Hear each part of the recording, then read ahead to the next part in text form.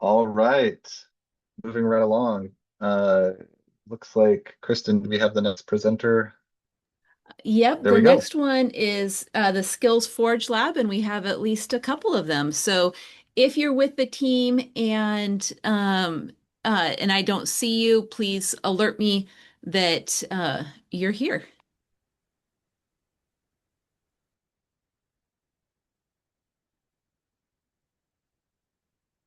There we go. I think we're coming online.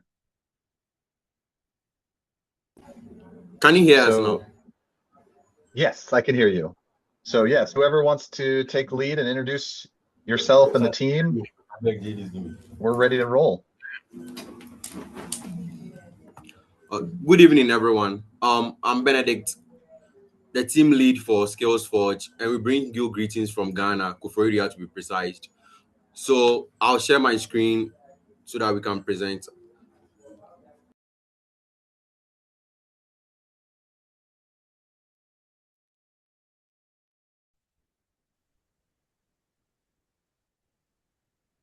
It doesn't look like we're seeing the screen yet. Oh, there we go. It's coming online. So in Africa, I'll allow my team member to introduce himself. So Silas, you could introduce yourself, please. My name is Silas Agbobada. AI and robotics student in the Federal Technical University in the region of Okay. So one major problem we face here in Africa or in Ghana is lack of skills and lack of resources towards the global TVET area. So this thing has been a major problem right here. I'm a technical student. I studied mechanical engineering right from the senior high school to the university level currently. This has been one of our major problems. One, we high machinery cost is one thing, and also secondly, material deflects. We don't have access to enough materials and machines to work and learn from. And also the try and error. We cannot try and do errors because learning is by trying and error. And this has caused one major challenge because Ghana or Africa TV sector promises 90% practical. But here by the case, we have 90% theory, 10% practicals, which is a very bad situation to our problem. So this was one project I did back in high school, was a rack which I did, which I scored 2% over 10 because I didn't do proper welding. Because we all use one welding machine to learn, and which was one major problem we faced. So we came up with SkillsForge Lab as a global web-based TVET platform where students, educators, anyone can practice and learn from. So with our problem or with our solution, uh, we targeted the technical schools right here in Africa, the world, and everywhere, and we are trying to pilot it across the whole Sub West African. So we go by the method of you learn, you build, and you simulate. It's being backed by high physics stimulation and also backed by the technical curriculum right here in Africa and Ghana. So with the solution, as I said, we are eliminating no downloads, no IT dependencies, and you can also log in and work or learn using even a Chromebook or a tablet. With this, it makes TVET easy and accessible anywhere and everywhere. But we're also trying to replicate whatever is in the workshop onto the virtual environment to create a zero risk physical intact. So I'll leave over here to my co-colleague, Silas. All right, thank you. So SkillsForge has that feature. So it's going to be a web-based platform which is going to be compatible with desktop, tablet, mobile, and any operating system, whether it's an iOS, Android system, or Linux. It's going to work on it so that everybody can have access, despite the operating system or the kind of phone they are using. And the hardware efficiency, going to take even a basic Android phone can have the platform running on the phone so that there's no barrier in everybody that can use the platform. We have the interface or the UI skills with 3D principles where they are very intuitive and interactive, they can just arrange everything and move on and run the simulation. Next.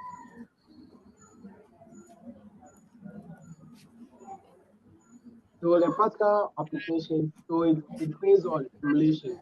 Simulation in the sense that you can arrange your component and run the simulation. For example, when you want to do a drainage system, you can just add your four pipes and everything, then you run water through it, whether it's still going to drain or not. So on the platform, you can simulate. Then we have safety. Safety, there is going to zero physical risk because you're not going to use physical components that can hurt you. And repetition, students or learners or educators can use the same procedure more than 100 times at zero cost. Yeah. Now we are 100%, so we are looking at the impact, 100% elimination of material waste during simulation. So over here, you're not going to do a trial and error or something. You're going to test it on the system. So the system is going to eliminate material, physical material. You're going to use virtual components to work on. And we have the remote access for virtual laboratory environment. So this very remote, it's going to be on 24/7. Not like in our schools, we are going to do, you have limited time to have access to the labs. With this, it's 24/7 online, you can use. And each learner has a unique and a virtual workbench, depending on what the program you are doing. Next slide. Now, the vision.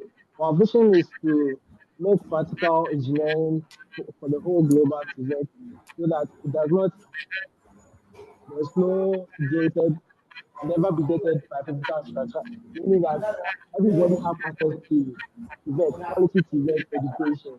Now, our next step is to stimulate model libraries and establish new institutional partnerships across Africa and beyond. Thank you very much, Silas. So with this vision, we aim at bridging the gap between the physical, technical education with the simulation world. This is what we are doing right here in Ghana, right here in Koforidua. Thank you very much. Thank you for listening. Thank you. I think this is, again, like every topic here, something that's so powerful and can make such an impact. I am curious, I'm in with, I guess, a more hard question is, what would you say the strongest argument against kind of your simulation first approach? And how would you respond to that? Yeah, so with that, the physics behind it is one of our biggest thing that causes our stimulation. And we all know running a stimulation on a web-based application, meaning I'm going to write a whole lot of codes to bring this into reality. And so what is, as far as like a virtual learning environment though, what do you think the biggest challenge of that is for the learner side? And Yeah, how so would you respond? So some parts in Africa or in Ghana right here have very bad networks. That has been one of our major problems we are facing here. On just a side note here, you mentioned at the end that you wanted, you were looking for institutional partnerships. What do you mean by that? What kind of institutional partnerships would help you? What are you looking for? So we are looking at the technical vocational institutions and also the senior high schools that are doing the TVET skills. So any school that is interested in learning the TVET or teaching their students the TVET, because TVET is the world as we are entering into the fourth industrial revolution. And so what trade skills do you currently cover right now? So currently we cover the electrical and electronics. We also cover mechanical, automotive, and we're also covering the fashion skills on our platform currently. Wow. And do you have hopes to add more, or are those going to be the ones you cover? Yes, we hope to have more courses on it and more programs on it. What other programs are you hoping to add next? So currently we are thinking of adding robotics, the agri-tech, where students can build agricultural materials and other stuffs on our platform, and also build their robotic simulations and everything on it too. Awesome. And do you have employers right now that are hiring based on SkillsForge graduates? Currently we are a team of 3. Our other colleague will be presenting tomorrow. We are working and we have our board of directors or advisors we work with. I saw Awesome. your phone number and email address. Do you have a website that people can also learn more? So the website is Yes, it had a problem. so the launching there. It will go live very If you want to send that website to Jake or Julie once it goes live, I'm sure they can add it to the link for the presentation for down the road. soon. Sure, we'll be grateful to do that. So, other than institutions that you're looking for partnerships, how else could someone help you with what you're doing? So that's a very great question. So if anyone is supposed to help us or guide us, because we are providing an edtech solution, we will need mentorship and how to draft our curriculum toward the future.